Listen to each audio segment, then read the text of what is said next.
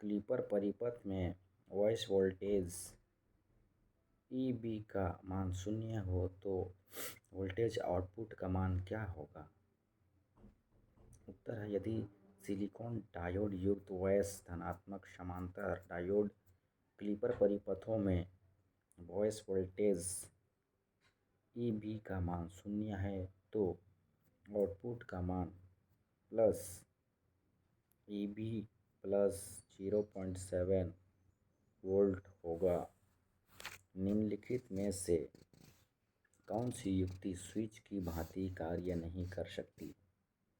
इनमें से कौन सी युक्ति स्विच की भांति काम नहीं कर सकती? ऑप्शन है डायोड, ट्रांजिस्टर, ट्रांसफार्मर, IC। उत्तर है ट्रांसफार्मर। ट्रांसफार्मर केवल स्विच की भांति व्यवहार नहीं करता है। डायोड अग्र वॉइस में न्यून प्रतिरोध तथा रिवर्स वॉइस में उच्च प्रतिरोध व्यक्त करता है, जिसके कारण डायोड अग्र वॉइस में ऑन तथा रिवर्स वॉइस में ऑफ होता है। IC का पूर्ण नाम इंटीग्रेटेड सर्किट होता है। अल्टरनेटर द्वारा उत्पन्न विद्युत शक्ति की तरंग आकृति होती है। इसका उत्तर है अल्टरनेटर द्वारा उत्पन्न विद्युत शक्ति की तरंग आवृत्ति ज्या तरंग होती है। प्रत्यावर्ती द्वारा उत्पन्न शक्ति का प्रकार ज्या तरंग होता है। प्रत्यावर्ती वह युक्ति है जिसमें स्टेटर तथा रोटर होता है। रोटर के भाग में पोल होता है तथा स्टेटर में चालक होते हैं। जब स्टेटर को किसी प्रकार मूवर की सहायता से चलाया जाता है तो स्टेटर में विद्युत वाहक बल उत्पन्न होता है, जिसका प्रकार ज्या तरंग प्रारूपी होता है। निम्नलिखित में से कौन सा यंत्र विद्युत ऊर्जा को ध्वनि ऊर्जा में परिवर्तित करता है? इनमें से कौन सा यंत्र विद्युत ऊर्जा को ध्वनि ऊर्जा में परिवर्तित करता है? उत्तर है रिसीवर यंत्र विद्युत ऊर्जा को ध्वनि ऊर्जा में परिवर्तित करता है।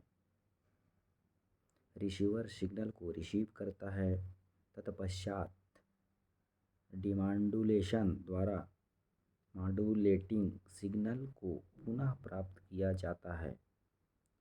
डिमॉड्यूलेशन के पश्चात प्राप्त विद्युतीय सिग्नल को लाउडस्पीकर द्वारा ध्वनि सिग्नल में बदला जाता है।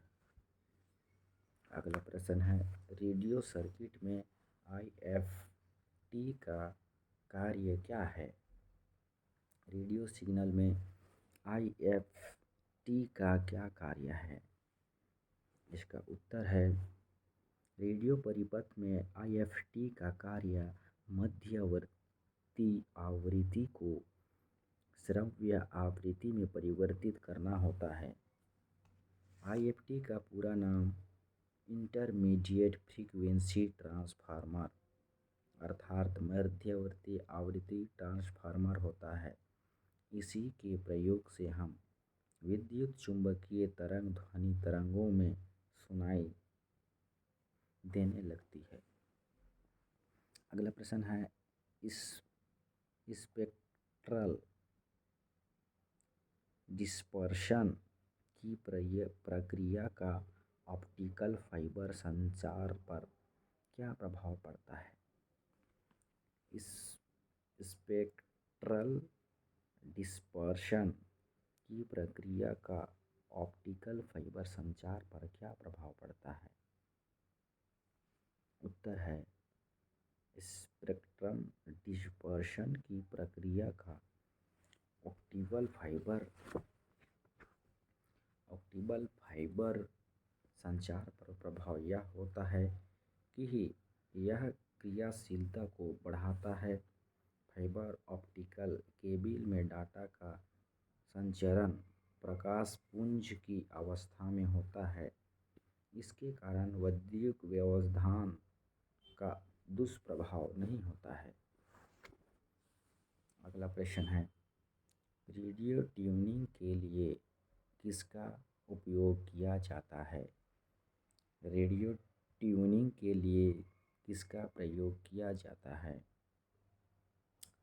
उत्तर है, रेडियो ट्यूनिंग के लिए परिवर्तीय कैपेसिटर उपयोग किया जाता है। रेडियो के बीच या मध्य में परिवर्तित कैपेसिटर को लगाते हैं।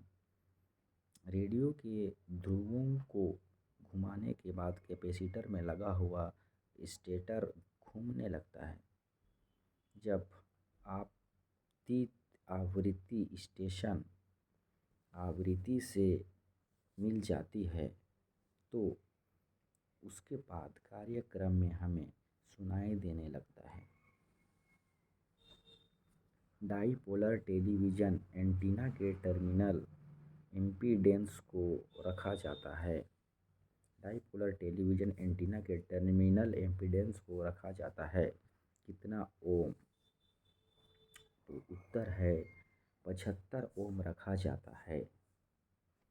अगला प्रश्न है, संचार के दौरान टेलीफोन लाइनों में चलती है।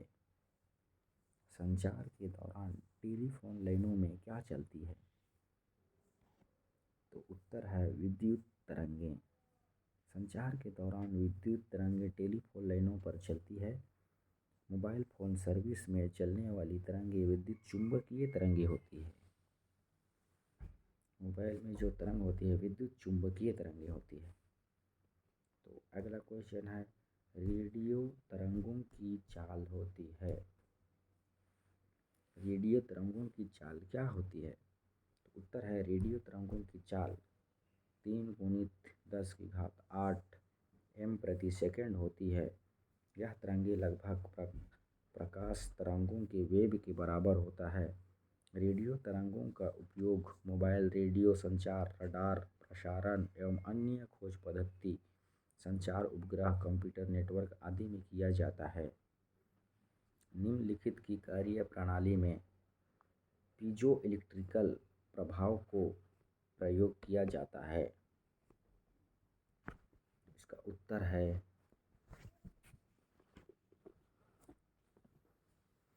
पीजो इलेक्ट्रिकल प्रभाव लाउडस्पीकर में प्रयोग किया जाता है।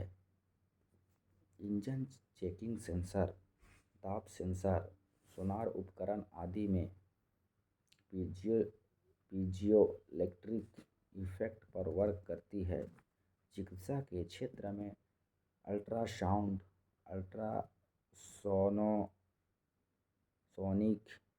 प्रक्रिया आदि क्षेत्र में किया जाता है। पीजो इलेक्ट्रिक पदार्थ में दाब लगाने पर पदार्थ के क्रिस्टल में वोल्टेज जनरेट होता है। अगला प्रश्न है, टेलीफोन लाइन में प्रवाहित ऊर्जा क्या होती है? उत्तर है विद्युत ऊर्जा, विद्युत चुम्बकीय ऊर्जा।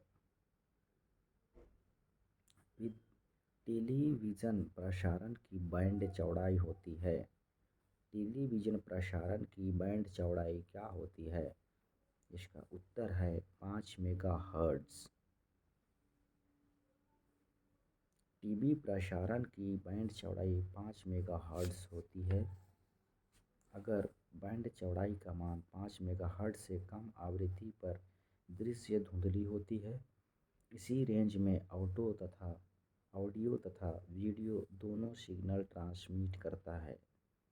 सिग्नल ट्रांसमिशन के लिए 2 ट्रांसमीटर प्रयोग किए जाते हैं, एक वीडियो सिग्नल के लिए तथा एक ऑडियो सिग्नल के लिए।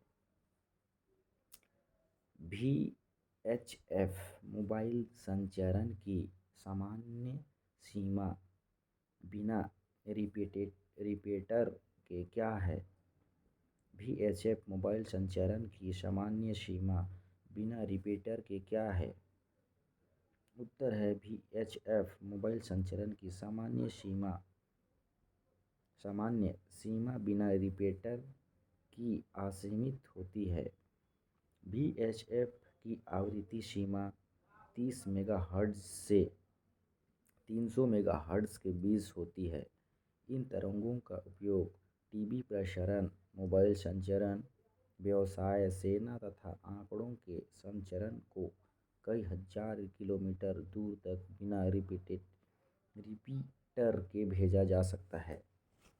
VHF मोबाइल संचारण। अगला प्रश्न है, सैटेलाइट क्या होता है? इसका उत्तर है, सैटेलाइट सिग्नल को रिसीव करता है, प्रवर्धित या एम्पलीफायर करता है तथा वापस पृथ्वी पर स्थित स्टेशनों को भेज देता है। सैटेलाइट में रिसीविंग तथा ट्रांसमिटिंग उपकरण होते हैं, जिसको रेडियो ट्रांसपोंडर कहा जाता है।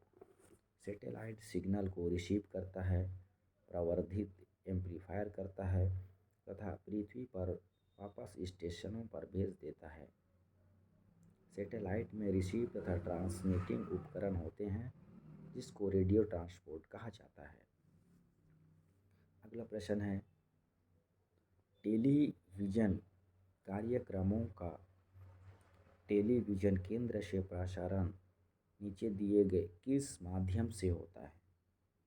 टेलीविज़न कार्यक्रमों का टेलीविज़न केंद्र से प्रसारण किस प्रकार होता है, किस माध्यम से होता है? तो उत्तर है एंटीना। टीवी कार्यक्रमों का टीवी केंद्र से प्रसारण एंटीना के माध्यम से होता है। दूरदर्शन के माध्यम से जिस व्यक्ति या वस्तु का चित्र भेजा होता है, उससे परावर्तित प्रकाश की किरणों को बिजली की तरंगों में बदला जाता है तथा उसके बाद उस चित्र को 1000 से अधिक बिंदुओं से बांट दिया जाता है। एक एक बिंदु के प्रकाश को एक सिरे से क्रमशः बिजली की तरंगों में बदला जाता है। इस प्रकार टीवी का एंटीना तरंगों को पकड़ता है।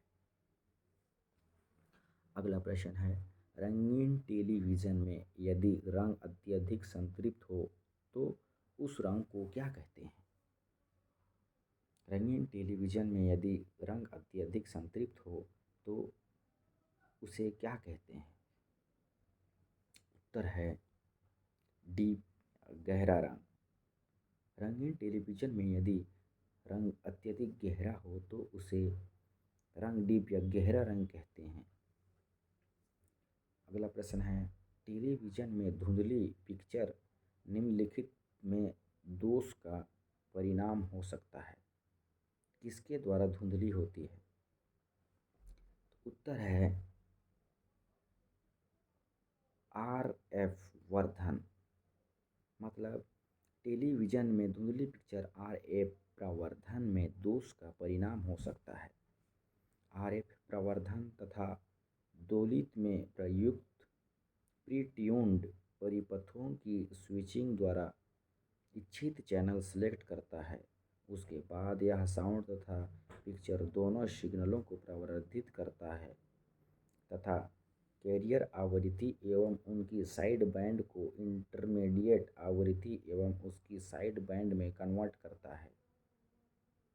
अगला प्रश्न है, निम्नलिखित में से इसका उपयोग सेल्युलर फोन संचालित होने में होता है। निम्नलिखित में से इसका उपयोग सेल्युलर फोन संचालित होने में होता है। ऑप्शन है ध्वनि तरंग, प्रकाश तरंग, माइक्रो तरंग, इनमें से सभी। इसका उत्तर है दोस्तों माइक्रो तरंग का प्रयोग सेल्युलर फोन संचालित करता है। सेल्युलर फोन में सामान्यतः 450 से 2100 मेगाहर्ट्ज़ के माइक्रोवेव तरंगों वैद्युत चुम्बकीय विकिरण प्रयुक्त होता है। अगला प्रश्न है, टेलीफोन में विरूपण टेलीफोन में विरूपण जो उसके निकटवर्ती टेलीफोन लाइन के द्वारा हो जाता है क्या कहलाता है? टेलीफोन में विरूपण जो उसके निकटवर्ती टेलीफोन लाइन के द्वारा हो जाता है क्या कहलाता है? तो इसका उत्तर है आर पार बातचीत। टेलीफोन में विरूपण जो उसके निकटवर्ती टेलीफोन लाइन के द्वारा हो जाता है उसे क्रॉस बातचीत कहा जाता है। क्रॉस टॉक दो प्रकार का होता है, first near and cross talk and second for and cross talk होता है।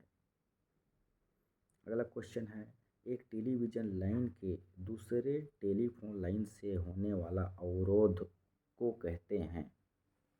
एक टेलीफोन लाइन के दूसरे टेलीफोन लाइन से होने वाले अवरोध को क्या कहते हैं? इसका उत्तर है क्रॉस बातचीत।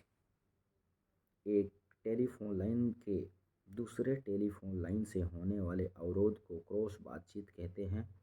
क्रॉस बातचीत धारितीय, प्रेरणीय या चालकीय युग्मक एक आंशिक प्रोग्राम होता है।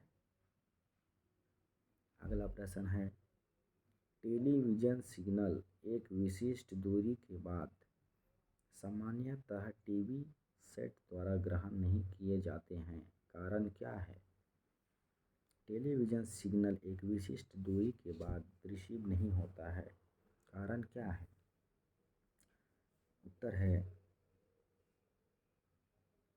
पृथ्वी की वक्रता। टेलीविज़न सिग्नल एक विशेष दूरी के बाद सामान्यतः टीवी सेट द्वारा ग्रहण नहीं किया जाता है, यह पृथ्वी की वक्रता के कारण होता है।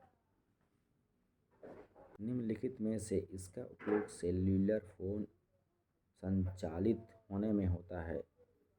ऑप्शन है ध्वनि तरंग, प्रकाश तरंग, माइक्रो तरंग, इनमें से सभी। इसका उत्तर है दोस्तों माइक्रो तरंग का प्रयोग सेल्युलर फोन संचालित करता है। सेल्युलर फोन में सामान्यतः 450 से 2100 मेगाहर्ट्ज़ के माइक्रोवेव तरंगों वैद्युत चुम्बकीय विकिरण प्रयुक्त होता है। अगला प्रश्न है, टेलीफोन में विरूपण जो उसके निकटवर्ती टेलीफोन लाइन के द्वारा हो जाता है क्या कहलाता है? टेलीफोन में विरूपण जो उसके निकटवर्ती टेलीफोन लाइन के द्वारा हो जाता है क्या कहलाता है? तो इसका उत्तर है आर पार बातचीत। टेलीफोन में विरूपण जो उसके निकटवर्ती टेलीफोन लाइन के द्वारा हो जाता है उसे क्रॉस बातचीत कहा जाता है। क्रॉस टॉक दो प्रकार का होता है, first near and cross talk and second for and cross talk होता है। अगला क्वेश्चन है, एक टेलीविज़न लाइन के दूसरे टेलीफोन लाइन से होने वाला अवरोध को कहते हैं। एक टेलीफोन लाइन के दूसरे टेलीफोन लाइन से होने वाले अवरोध को क्या कहते हैं? इसका उत्तर है क्रॉस बातचीत। एक टेलीफोन लाइन के दूसरे टेलीफोन लाइन से होने वाले अवरोध को क्रॉस बातचीत कहते हैं। क्रॉस बातचीत धारितीय, प्रेरणीय या चालकीय युग्मक एक आंशिक प्रोग्राम होता है। अगला प्रश्न है, टेलीविज़न सिग्नल एक विशिष्ट दूरी के बाद सामान्यतः टीवी सेट द्वारा ग्रहण नहीं किए जाते हैं, कारण क्या है? टेलीविज़न सिग्नल एक विशिष्ट दूरी के बाद रिसीव नहीं होता है, कारण क्या है? उत्तर है पृथ्वी की वक्रता। टेलीविज़न सिग्नल एक विशेष दूरी के बाद सामान्यतः टीवी सेट द्वारा ग्रहण नहीं किया जाता है, यह पृथ्वी की वक्रता के कारण होता है।